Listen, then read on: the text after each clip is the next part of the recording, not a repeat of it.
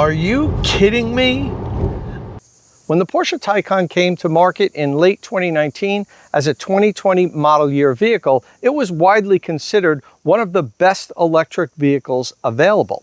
But after 4 years of mild, minor improvements, Porsche decided it was time for a mid-cycle refresh. And in late 2024, the 2025 model year was introduced with a bunch of improvements. Many of the cosmetic improvements are minor, like revised headlights. The big updates were in the powertrain efficiency and also the battery. The Taycan's always had two available batteries, the standard performance battery pack and the performance plus battery pack, which was larger. From 2020 to 2024, the standard performance battery pack had 79.2 kilowatt hour of total capacity. Of that, 71 kilowatt hour was usable. And the Performance Plus battery pack had 93.4 kilowatt hour and 83.7 kilowatt hour usable. And now for 2025, the J12 is what Porsche calls this version. The Performance battery pack is up to 89 kilowatt hour of total capacity and 82.3 kilowatt hour of usable capacity. And the Performance Plus battery pack has 105 kilowatt hour and 97 kilowatt hour usable. And the combination of those larger battery packs and the numerous powertrain efficiency improvements that Porsche made has dramatically increased the EPA range ratings across the models.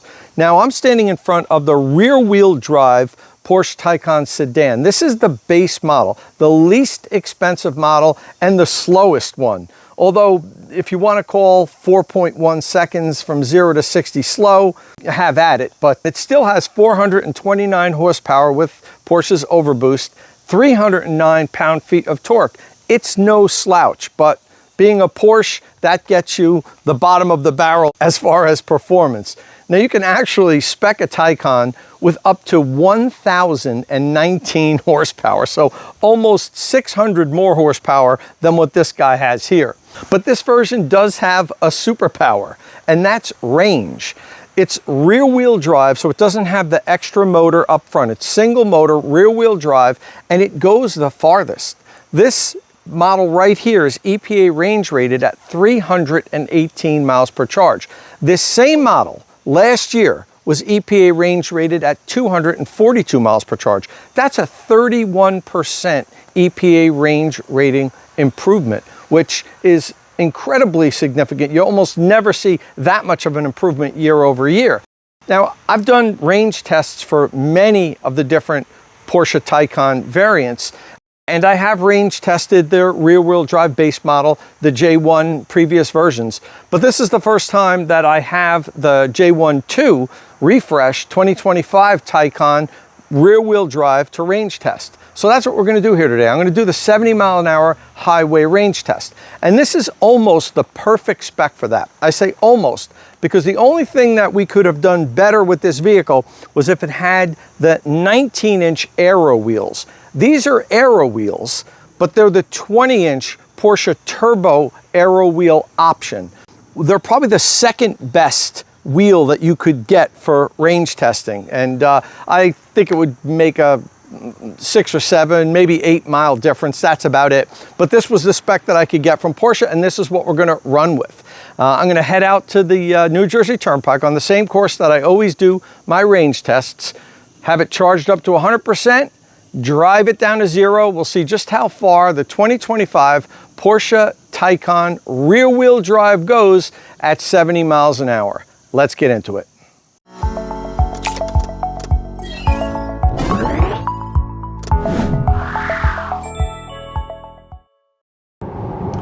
All right, so I'm on the road in the Taycan, and I apologize for the poor video quality. I'm not really sure how well this is going to show up because, as you can see, I am doing the range test at night.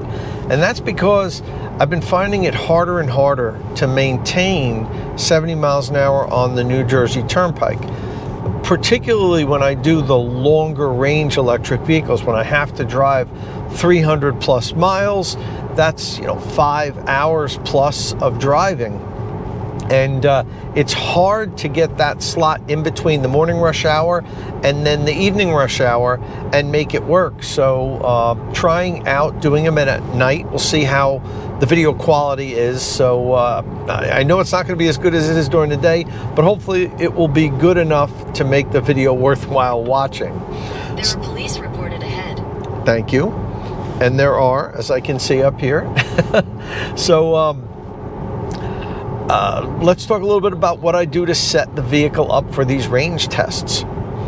First off, I always make sure that I set the tire pressure to the proper tire pressure, the manufacturer's recommended tire pressure, and the Taycan that we're driving here today with the 20-inch aero wheels has staggered tire pressure. The rear two tires are at 38 pounds and the front are at 35. Luckily, I have a Rivian R1S with a built-in air compressor, so I was able to go around the vehicle and dial it in perfectly before the range test. It's so convenient having the Rivian at the house. You could just as well have an air compressor in your garage, but having the Rivian really helps out, and I love that I can just dial in the pressure setting that I want and it nails it every time. So of course I double check it with a pressure gauge, but so far the vehicle has done fantastically, and always set the tires to the right tire pressure. Okay, so we set them to the right tire pressure. Now when I get in the vehicle, I put it in the most efficient drive mode, which in the case of the Taycan is the range mode. The Taycan also lets you lower the suspension. So I have it down low. You want to be lower to the ground for better aero. Most vehicles don't allow you to do that, but the Taycan does. I set the climate control always to right around 70 or 71 degrees, and on the lowest fan setting, which I've done here today. And then I always check the speedometers to their accuracy. I have some GPS apps that I use, and as usual, the vehicle's or speedometer is a little fast. That happens with almost all cars, and 70 miles an hour was actually reading 68 miles an hour on my apps. So I bumped it up to 72 miles an hour, have the adaptive cruise control set to 72 miles an hour, and that's what we'll be driving at, and that's a true 70 miles an hour. But I always mention that that doesn't affect the odometer, because the speedometer and the odometer are not tied together. The manufacturers intentionally make their speedometers a little fast or read a little fast because they get fined if the speedometer reads low, because then you could be speeding and not know it. So they err on the side of caution, and they always have them dialed in a little fast. Here with the Taycan now, it's 2 miles an hour faster. I have to have it set at 60. It's at 72 in order to be going a true 70. If I had it set at 70, we were only going at 68. All right, well, that's pretty much it. I'll do my usual check-ins at every 25% of the range test. I might talk a little bit less than I usually do, because I'm not really sold on the quality of the video. We're recording here with my camera's flashlight as my stage light, so hopefully it doesn't look too bad. I'll see you at 75% state of charge. State of Charge is powered by Qmerit, North America's premier installer of electric vehicle charging equipment. After I've helped you decide which charger to buy, follow the link in the description of my videos and have Qmerit install it. And if you do follow that link, Qmerit will waive the $150 installation deposit. But this is an exclusive offer for State of Charge followers. So in order to get that offer, you must follow the link in the description of my videos. Are you kidding me? I'm at 75% State of Charge, and we have gone 104 miles with just 25% of the battery, and are averaging 3.9 mile per kilowatt hour at this point. Let me get around this truck. So that's tracking 416 miles. Now, if you remember, the EPA range rating for this Taycan is 318 miles. So I'm tracking almost 100 miles farther than the combined EPA range rating. Now, I don't expect to finish up with 416 miles, but 400 miles is actually a realistic chance right now. That's crazy. I was figuring somewhere in the 350 to 360 range when I started this. You may remember, if you follow me, that I did the Taycan Cross Turismo, a 70 mile an hour highway range test a few months ago. That's the refresh J12 version like I have here. And that EPA range rating for the Cross Turismo was 272 miles. And I ended up going 302 miles. The Taycans always outperform their EPA range rating, but usually by around 10 to 12%. And that was right in there, which is 11% more than the EPA range rating. 302 to 272 is 11% more. So that's figuring we're going to be somewhere in that 10 to 12% over EPA here. I'd finish up somewhere around 350, 355, something like that. I wasn't expecting to drive 400 miles tonight, but it looks like I'm in for a very long night. Now, conditions are great for range. It's not ideal as far as temperature, because now that it's the evening, we drop down into the 70s. It's in the low 70s now. I'm going to get probably into the mid 60s by the end of the range test. So that's the only negative. The wind is a non-factor. We have like 4 mile an hour winds now coming from the sides, like a crosswind. So that's really about as low as the wind gets around here. So the wind is not a factor. The road is perfect with one glitch. Right in the beginning of the range test, I hit a patch where they were doing construction. And for about 3/4 of a mile, I crawled along at like 10 miles an hour. So it took like 10 minutes to get through that patch of construction. Now, that really won't affect the range test. If anything, it would hurt the Taycan. But I do need to note that it took me like 10 minutes to go 3/4 of a mile for that one section.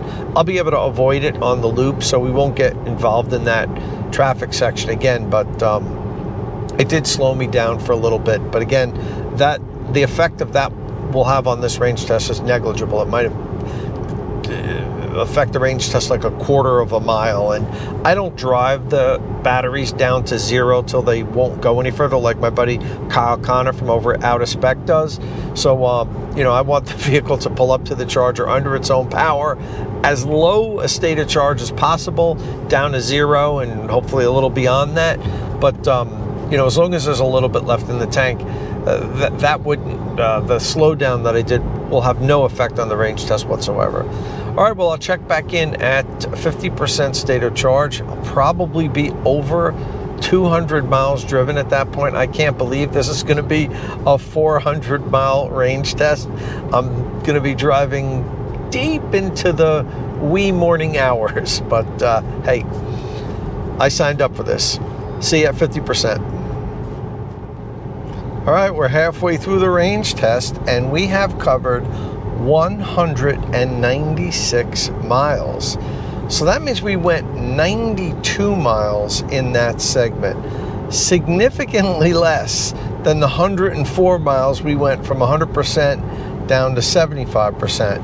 But I expected that to happen. I was thinking a lot about the consumption rate and the size of the battery. We were averaging 3.9 miles per kilowatt hour.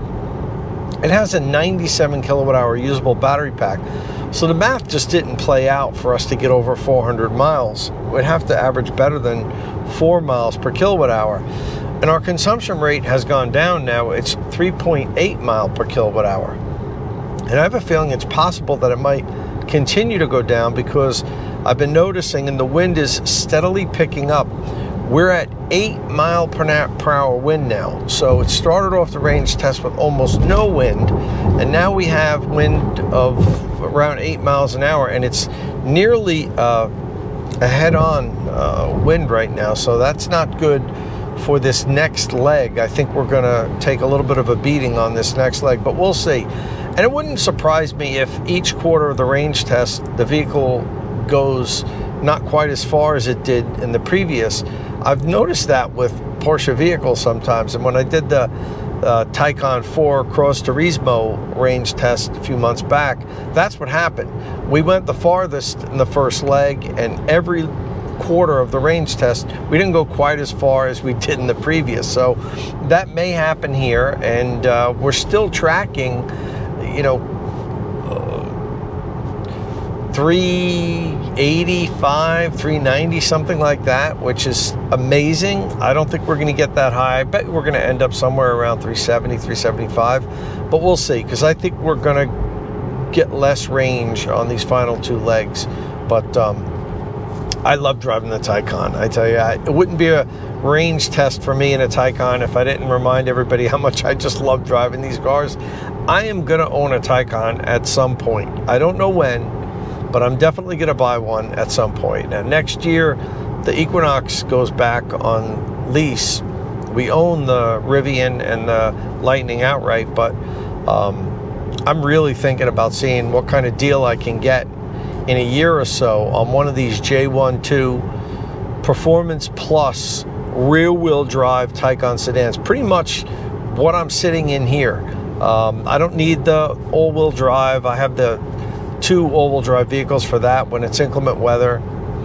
Yeah, they're not quite as powerful and as fast as the all-wheel drive versions, but this is fine for me. This is plenty of power in this vehicle, and the price difference with the base model compared to the other models is significant, especially out there in the used market. Trick's going to be getting one with the Performance Plus battery pack, because a lot of them have the standard battery pack, and I think I'd want the Performance Plus pack. But anyway, we'll continue driving. It's getting late into the, not into the morning hours yet, but it's very late right now. It'll be morning soon. When I check in after the 25% check-in, we'll have past midnight.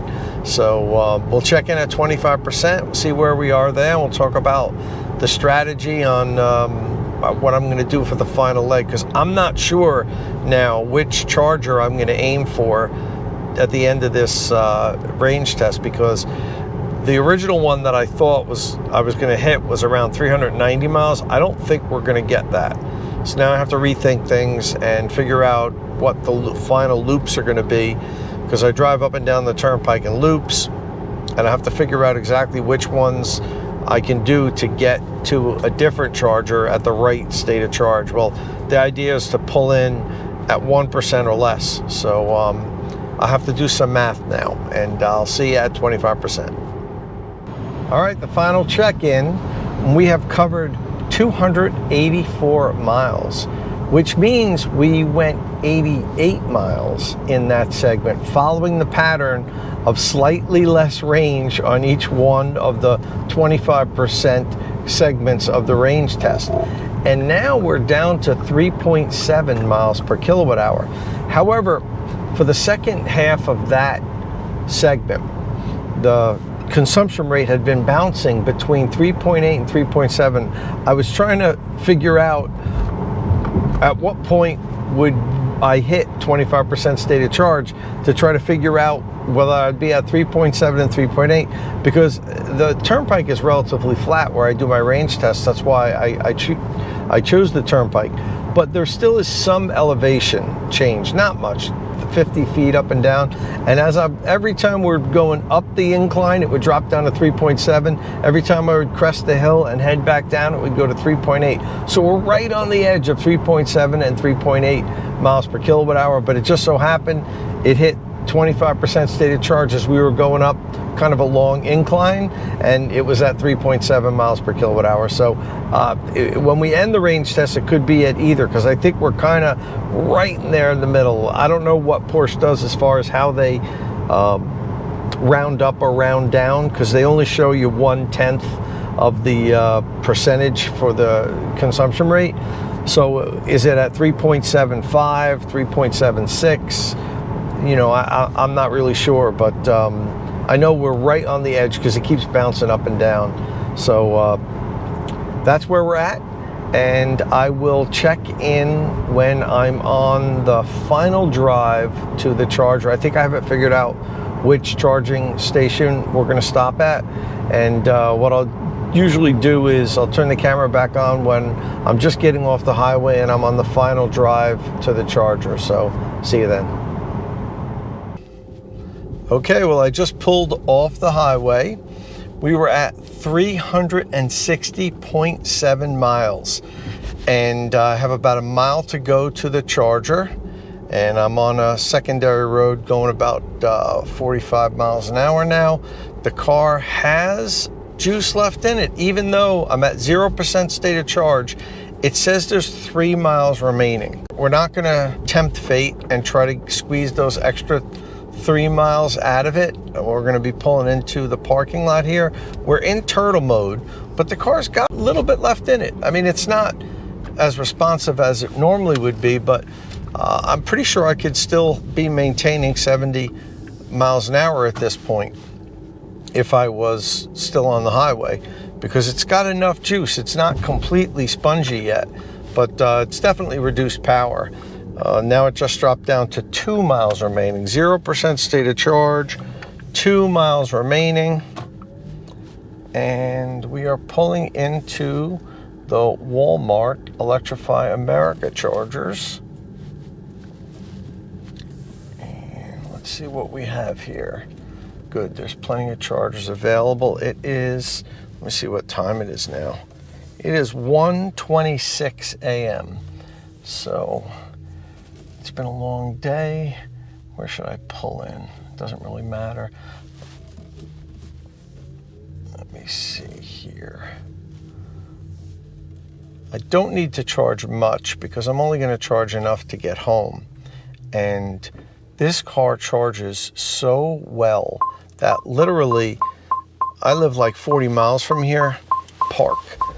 I live 40 miles from here, 5 minutes would be enough to get home. All right, let's take a picture of the final result. We are at 0% state of charge, 2 miles remaining, and 361.4 miles. And we end up with 3.7 miles per kilowatt hour as the final consumption rate. Let me do the quick math on that.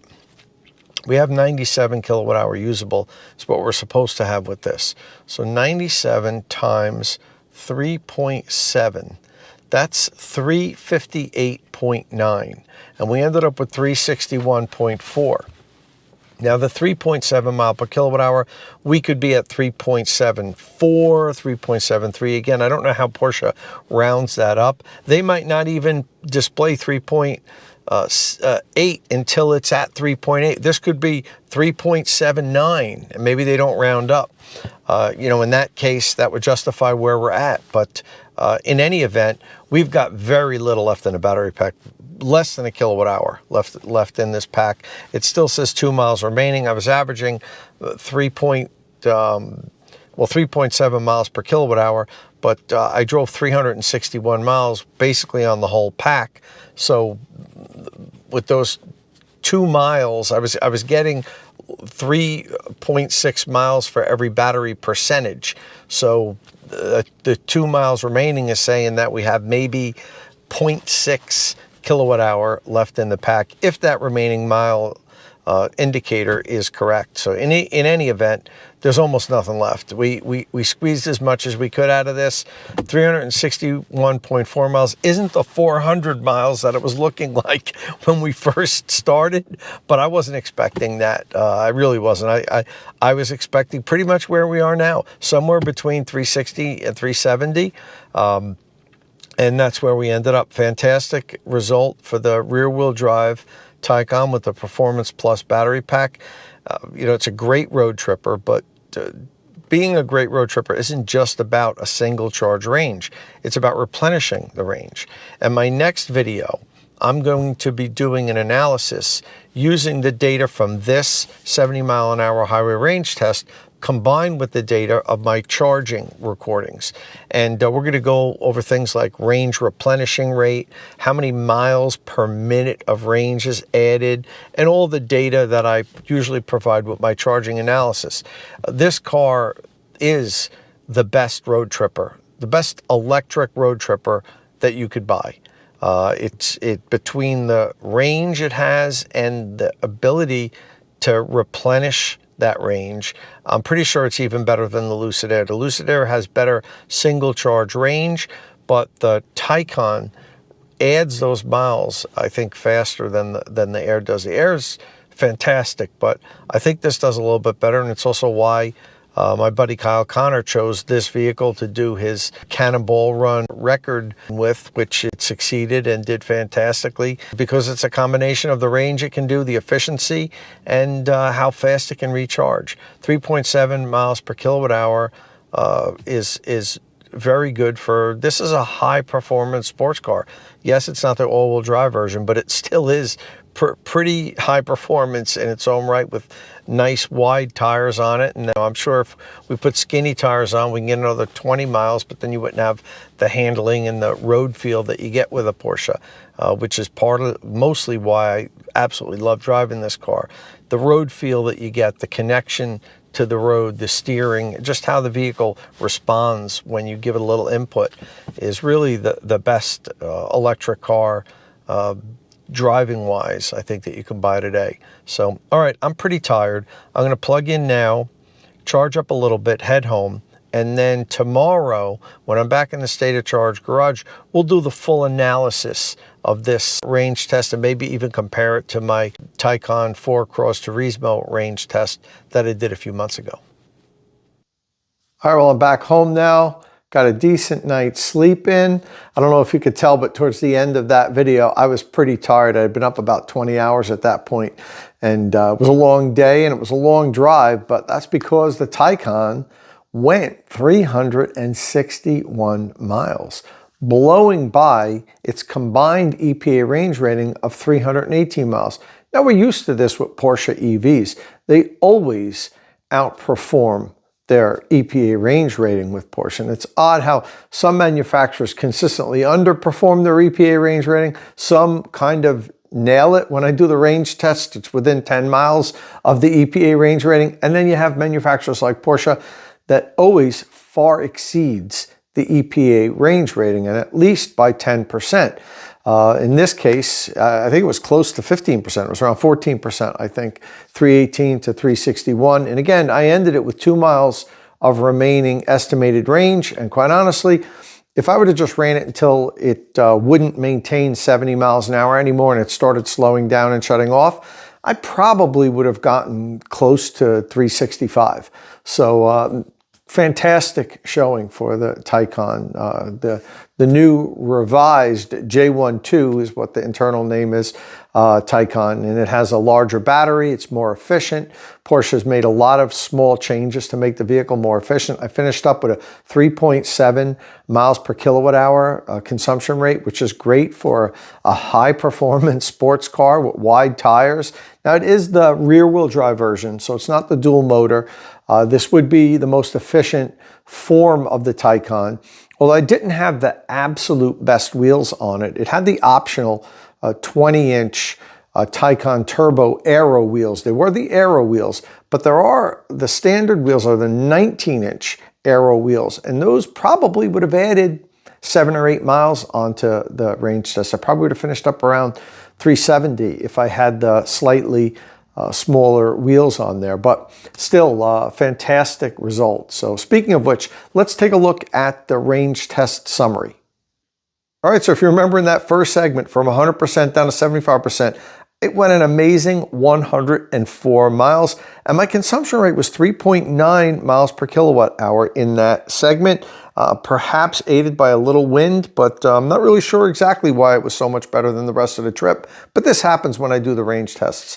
From 75% down to 50%, it went 92 miles. So we're sitting at almost 200 miles driven with only 50% of the battery used, as I had driven 196 miles at that point, and the consumption rate was at 3.8 miles per kilowatt hour. From 50% down to 25%, we went 88 miles, and the total miles driven was 284 miles. And at that point, we had dropped down to 3.7 mile per kilowatt hour.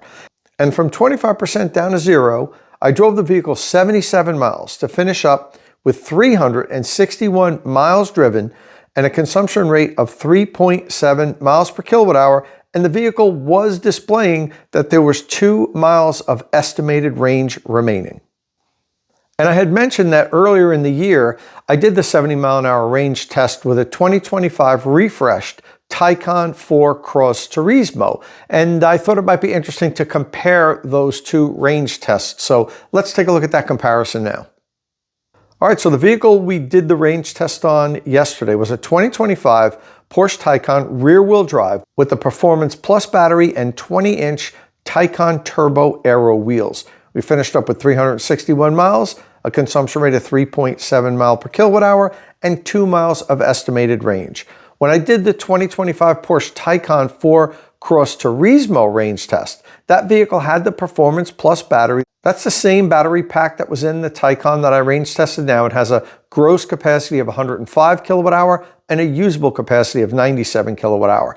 And that had the 20-inch off-road design wheels. I finished up with 302 miles driven, a 3.1 miles per kilowatt hour consumption rate, and there were no miles of estimated range remaining. Now that vehicle has a combined EPA range rating of 277 miles compared to the EPA range rating of 318 miles of the vehicle that I drove yesterday.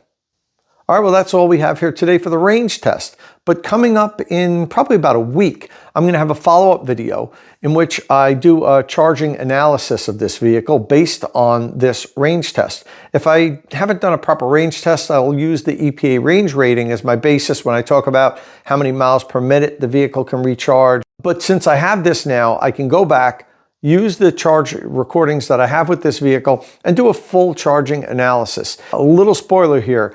It's probably the best charging electric vehicle that you can buy today based on how quickly it charges and how many miles you get per charge. You have to consider both of those factors when you talk about how fast a car recharges. You can't just look at how fast it pumps kilowatt hours into the battery. You also then have to look at what can the vehicle do with those kilowatt hour, and the combination of how fast the Taycan charges and how far it goes makes it the best road tripper that you could buy today as far as electric vehicles go. So look for that in a couple of weeks. And if this is your first time here at State of Charge, please hit that subscribe button and ring the notification bell so you don't miss any upcoming electric vehicle news and reviews. And as always, thanks for watching.